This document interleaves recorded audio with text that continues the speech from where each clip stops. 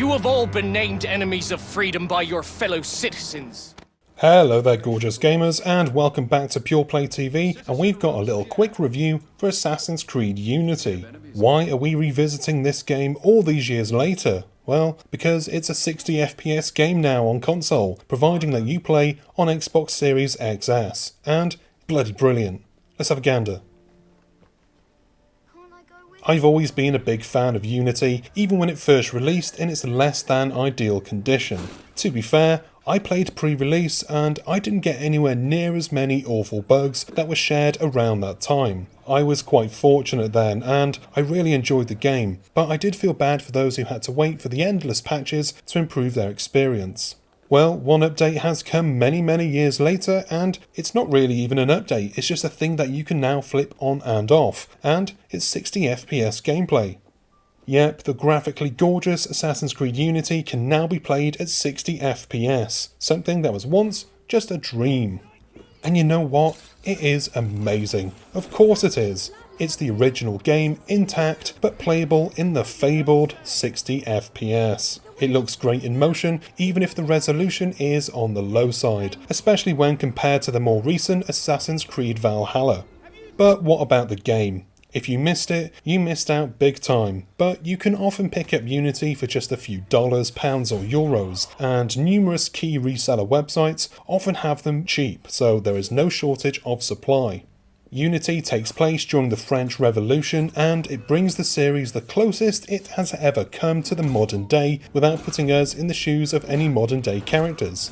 It's a great setting and the city of Paris is wonderful. It's huge, sprawling, and while I've not actually been to Paris, it seems to capture the sense of scale really well.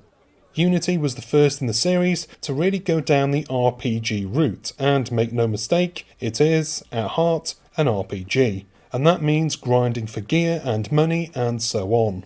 I'm not particularly fond of the direction that Assassin's Creed games have taken with Unity and beyond, because it feels like telling a great story has been pushed to the background in favour of giving players a massive map, hundreds of hours of gameplay and stuff to grind for, as well as microtransactions. For some that might be perfect, but I do miss the days where I could sit and play an Assassin's Creed game over the course of a weekend, like the Ezio games, which I'll be covering in another video.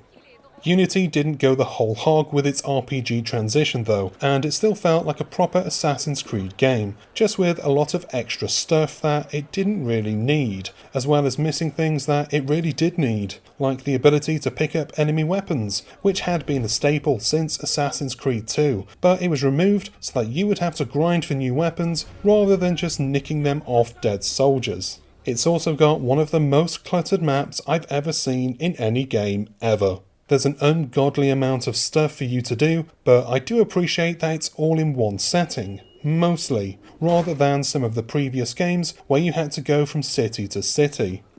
Unity still stands out today as a looker. The resolution may be on the lower end of what we're used to these days, sure, but there's no denying that it's still one of the best, if not the actual best, Assassin's Creed game when it comes to graphics. The fine details on clothing and characters has not been done since. Ubisoft scaled it all back after Unity proved to be a bit too much for the PS4 and Xbox One, and sadly, that ambition hasn't been realised since.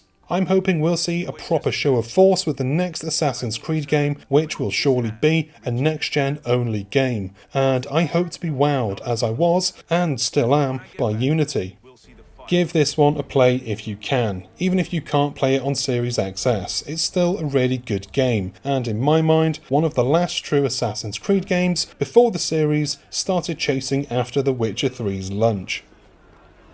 And that is the end of this video. Thank you for watching. I hope you enjoyed it. If you did, go on down below, like, subscribe, hit the bell icon so that you don't miss out whenever we've got new stuff. Go to the info box for our website links, social media channels and our supporters page where you can support the team if you can. I've been Chris, you've been gorgeous, and I'll see you on the next one. Until then, bye bye.